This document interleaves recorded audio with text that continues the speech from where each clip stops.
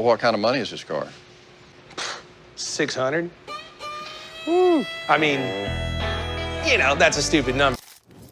No one expected a kid from Fort Worth, who grew up surrounded by grease, broke engines, and a dream way bigger than his wallet, to one day build an empire worth tens of millions. But Richard Rawlings didn't just get rich, he got insanely rich. And the wild part? It was not because of Fast and Loud alone. There is a moment in his life, a single risky move that flipped everything. A move so bold most people would have walked away. Because behind the loud cars, the sunglasses, and the swagger is a man who refused to slow down even when the world told him he was done. What secret deal put him on the map? How did he turn a small garage into a global brand recognized in over 200 countries?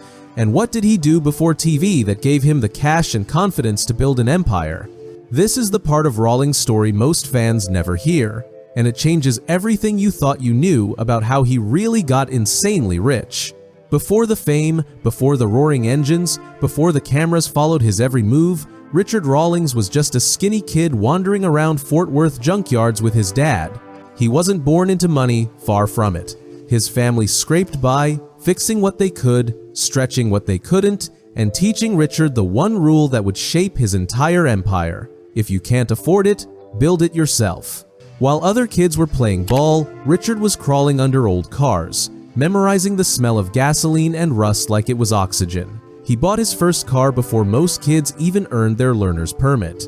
Not because he wanted to impress anyone, but because he couldn't imagine a life where he wasn't building, flipping, or racing something on wheels. And yet, no one knew that these long afternoons in the Texas heat were quietly building the foundation for his wealth. Every busted carburetor he fixed, every cheap flip he managed to profit from, every late-night drive he took, these weren't hobbies. They were training sessions for a life he hadn't even lived yet. But here's the strange part. If he loved cars this much, why didn't he jump into the automotive world right away? Why did he take a completely different path, one that had nothing to do with engines? And how did that unexpected choice become the move that eventually made him insanely rich? Because the next chapter of his life wasn't loud, flashy, or filled with hot rods, but it was the step that quietly set the fuse. And when it ignited, everything changed. Before Richard Rawlings became the loud, sunglasses-wearing king of car TV, he spent years grinding through jobs that had nothing to do with engines, but everything to do with survival. He worked as a firefighter, a paramedic, even a police officer at one point. Most people see that as a detour. For Richard, it was fuel. Those long shifts taught him discipline, pressure, and how to stay calm when the world around him was falling apart. And every paycheck, no matter how small, went straight into the one thing he cared about: flipping cars on the side. But the real turning point came when he stepped into a completely unexpected world: printing and advertising. It didn't match the smell of gasoline or the thrill of a burnout, but Richard spotted something that most people ignored: there was real money in branding. He hustled, he printed, he built relationships, he sold solutions, and slowly, painfully, but relentlessly, he turned a small local venture into something big enough to attract serious buyers. He didn't grow up with money, but he understood leverage. And when he sold that printing company, the cash he walked away with didn't just change his bank account, it changed his destiny. That sale gave him the one thing he'd never had before: freedom. Freedom to dream bigger, freedom to take risks, freedom to finally bet everything on the world he loved most. But here's where the story gets interesting. With money in his pocket and a clean slate in front of him, what made Richard suddenly decide to throw it all into a garage that nobody believed in? Because the next move he made wasn't safe, it wasn't smart, it wasn't logical, but it became the foundation of the empire that made him insanely rich. When Richard Rawlings finally had real money in his pocket after selling his printing business, everyone expected him to play it safe, buy property, invest quietly, maybe even retire early. Instead, he did the exact opposite. He emptied his pockets into a dusty, run-down building in Dallas and slapped a name on it that sounded more like a rock band than a business: Gas Monkey Garage. Most people thought he'd lost his mind. A custom shop in the early 2000s wasn't a guaranteed success, far from it. The market was unpredictable, the economy was shaky, and big automotive shows were only just beginning to rise. But Richard didn't care. He saw something no one else did: a garage that wasn't just a garage. A garage that could be a brand. a culture, a movement. He didn't want to build cars quietly in a corner. He wanted a place where every flip felt like a race, where every build had attitude, and where every mistake became part of the story.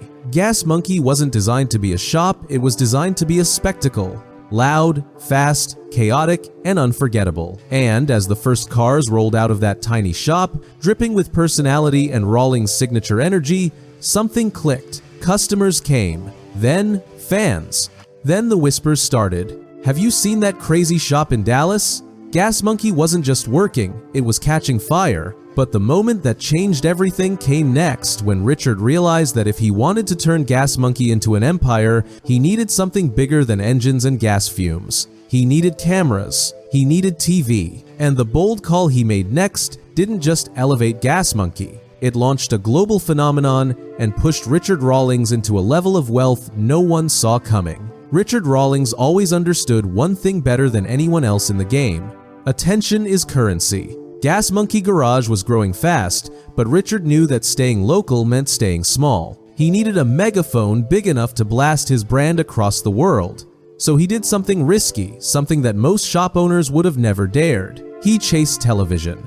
He pitched the concept everywhere. A loud, fast-paced show built around real flips, real deadlines, real pressure, and a garage filled with characters instead of actors. Networks weren't convinced at first.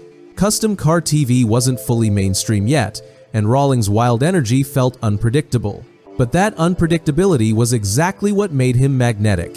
Eventually, Discovery Channel took the leap, and in 2012, Fast and Loud exploded onto screens like nitrous. The show didn't just work, it dominated. Millions of viewers tuned in weekly to watch Richard, his crew, and his non-stop hustle. Cars were flipped, deadlines were smashed, deals were made in seconds, and Richard transformed from a shop owner into a household name. But here's the part most viewers never realized. The real money wasn't in the show itself, it was in what the show allowed him to build. Gas Monkey became a brand recognized in over 200 countries. Merchandise sales skyrocketed, brand deals rolled in, business opportunities appeared that had nothing to do with engines, but had everything to do with Rawlings' new global spotlight. And just like that, TV didn't just make him famous, it made his empire unstoppable. But Richard wasn't even close to done. Because once the world knew his name, he started making moves outside the garage moves that turned fame into fortune faster than anyone expected. Once Fast and Loud turned Richard Rawlings into a global face, most people assumed he'd stick to cars forever. But Richard wasn't thinking like a mechanic anymore, he was thinking like a mogul. He knew that fame fades, but a brand can print money for decades. So he took the Gas Monkey name and pushed it far beyond the smell of gasoline. He launched Gas Monkey Bar and Grill, then Gas Monkey Live, turning his wild garage attitude into full-blown entertainment venues. Music, food, crowds, chaos, everything had that Rawlings edge. Fans didn't just want to watch Gas Monkey, they wanted to experience it, and Richard gave them exactly that. Then came apparel, energy drinks, licensing deals, partnerships. Every item with the Gas Monkey logo didn't just sell, it flew. Because by this point, Richard's brand wasn't a garage, it was a lifestyle. Loud, fast, fearless, and very, very profitable. But what most people forget is that expanding this fast is dangerous. Every new venture comes with massive risk. Some restaurants struggled, some projects didn't survive. Some investments turned into expensive lessons. But Richard wasn't scared of failure, he expected it. And each setback pushed him to think bigger, move faster, and diversify even more. The truth? By the time most viewers thought he was just that guy from Fast and Loud, he had already built a multi-industry machine designed to survive with or without TV. But if the brand was exploding everywhere, why did Richard suddenly start shutting doors on the very businesses he'd built from the ground up? For years, it looked like Richard Rawlings could do no wrong. Every business he touched caught fire. Every venture stamped with the Gas Monkey logo felt unstoppable. But empires aren't built in straight lines, and Richard learned that the hard way. As the hospitality boom slowed and competition grew brutal, some of his biggest bets started slipping. Gas Monkey Live, one of his loudest, boldest projects, struggled under rising costs and shifting crowds. Venues that once packed in thousands suddenly found themselves fighting to stay afloat. Then came the closures. Doors shut, logos came down, fans were confused, critics were loud, and investors were nervous. To outsiders, it looked like Rawlings was losing control. But inside, something else was happening. Richard wasn't folding, he was pivoting, fast. Instead of clinging to sinking ships, he cut them loose. Instead of watching losses drain him, he refocused on what actually made him rich, the Gas Monkey brand itself. His empire wasn't built on a restaurant or a concert venue. It was built on culture, on identity, on the millions of fans who followed his every move. So he shifted, he consolidated, he streamlined the chaos, and instead of doubling down on what wasn't working, he prepared for a completely new kind of expansion, one that didn't rely on buildings or crowds at all. But the question is, how do you rebuild an empire when the world watches your every mistake? And more importantly, what move did Richard make next that turned those setbacks into the fuel for his next massive payday? Most people, after watching major venues close and critics circle like vultures, would slow down, rethink, maybe even disappear for a while. But Richard Rawlings isn't wired like that. When the hits came, he didn't step back, he stepped on the gas. Hard. Instead of trying to resurrect every failing venture, he re-engineered his entire business strategy from the ground up. He realized something powerful. Physical locations can fail, but a global audience never stops growing. So he shifted his empire into places where buildings, landlords, and crowds couldn't sabotage him. He leaned into online sales, digital branding, high-margin licensing deals, and exclusive merch drops that sold out in minutes. He built partnerships that didn't require him to run a kitchen or fill a concert hall, just attach the Gas Monkey name and let the demand do the work. And the smartest play? He turned himself into the brand. Rawlings began traveling, collaborating, appearing at massive automotive events, and leveraging social media the same way he once leveraged TV. Every post was a commercial. Every collaboration was a new revenue stream. And every fan interaction kept the Gas Monkey machine alive, loud, and profitable. This wasn't a comeback, it was an evolution. A shift from brick and mortar to global influence. A move that protected his empire from the kind of collapse that destroys most entrepreneurs. Richard didn't just survive the setbacks, he used them to build something faster, leaner, and more profitable than before. But it leads to one question fans still ask today. If his rebuild was this strong, what was the single decision that pushed his wealth into a completely new level? Because what Richard did next wasn't about cars, fame, or restaurants, it was a play so sharp and unexpected that it became one of the biggest reasons he got insanely rich. After rebuilding his empire and proving he could survive almost anything, Richard Rawlings made a move that separated him from every other TV car personality. Instead of relying on a single show to keep him relevant, he negotiated something much bigger: ownership. He stopped thinking like talent and started thinking like a businessman who knew his value. Behind the scenes, Richard began securing rights to his own brand, his image, and the Gas Monkey name across multiple industries. That meant every shirt sold, every licensing deal signed, every international syndication, every partnership, every product carrying the Gas Monkey logo paid him, not just a network. While most TV stars earned a paycheck, Richard built a machine that paid him long after cameras stopped rolling. Then he diversified even further. He stepped into high-level deals with alcohol brands, event sponsors, automotive partners, global distributors, and merch companies. Each deal multiplied his revenue without demanding his time. And the moment he started taking a piece of everything from sales to branding to collaborations, his wealth didn't just grow, it exploded. It was the ultimate play. He turned his popularity into ownership, his fan base into income, and his brand into a global product that kept earning whether he was filming or sleeping. Most people thought Fast and Loud made him rich. In reality, Rawlings used Fast and Loud as the launchpad to create something far bigger, an empire that didn't depend on any single show, garage, or business. But if he was making this much money, what was happening behind the scenes that fans never saw? What deal, rumor, or controversy nearly shook this fortune he built? Because the next twist in Richard's story reveals the pressure, the whispers, and the unexpected struggle that forced him to fight harder than ever to protect the wealth he earned. With millions coming in and the Gas Monkey name everywhere, people assumed Richard Rawlings was living a stress-free dream life. But anyone who builds an empire knows the truth. The higher you climb, the louder the noise gets. As Richard's wealth grew, so did the rumors. Whispers about business partners, staff changes, sudden closures, hidden deals, and questions about where the money was really coming from, all of it started swirling online. Some fans accused him of expanding too fast.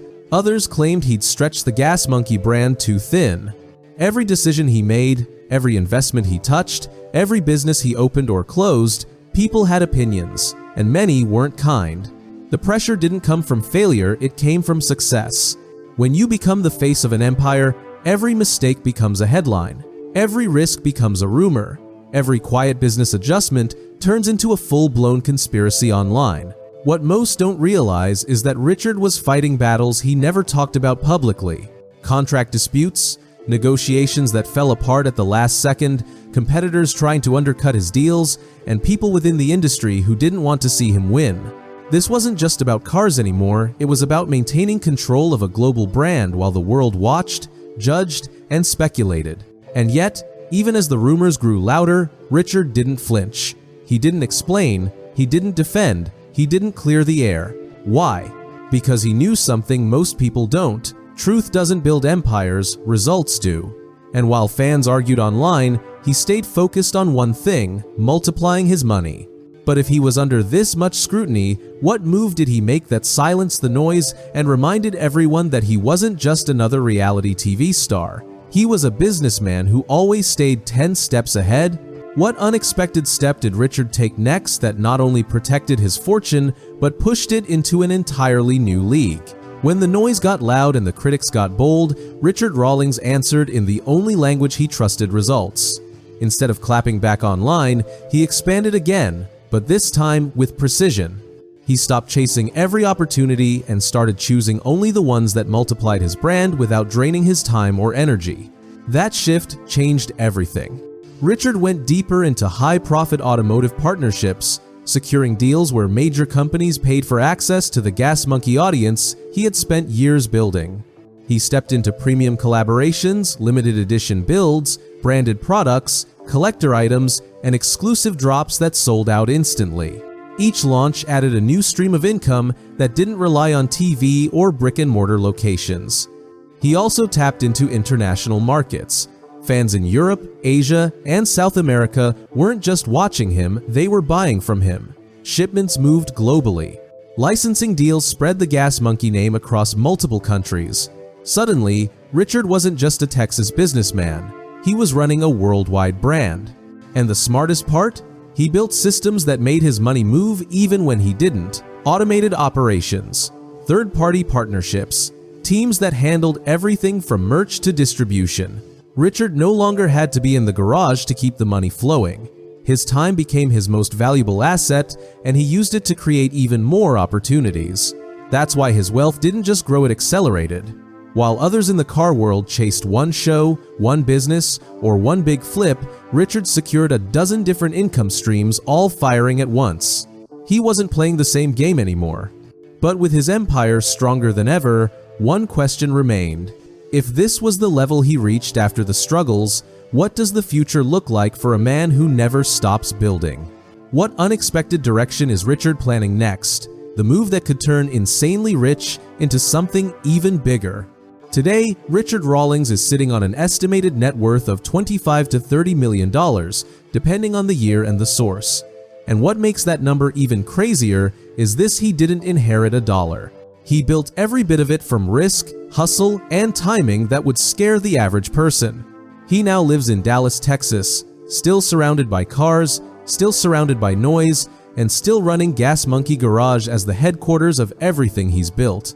But he isn't in the shop turning wrenches every day anymore. Richard has shifted into the role of a full-time CEO, overseeing new deals, launching new products, traveling for collaborations, and turning the Gas Monkey brand into a global machine. He's also heavily involved in live events, sponsorships, and appearances across the automotive world. He hosts international tours, partners with major car brands, and runs massive merch drops that sell out faster than ever before. And while Fast and Loud is no longer filming, Richard hasn't slowed his presence. If anything, he's louder. He's created his own content streams, built a massive online following, and turned social media into his newest money-printing engine. He's also hinted at new TV projects, international expansions, and major business partnerships that could push his empire even further. He doesn't talk about retirement because he doesn't believe in it. As long as there are cars to flip, businesses to build, and opportunities to chase, Richard's going to be at the center of it. And that's the wild part. After decades of grinding, winning, losing, rebuilding, and scaling, Richard Rawlings isn't coasting on his fortune, he's still chasing the next big move like he's broke and hungry. If you enjoyed this deep dive into his real journey, the wins, the losses, the fortune, and the fight behind the cameras, make sure you hit that like button. Drop a comment below. Which car legend should we uncover next?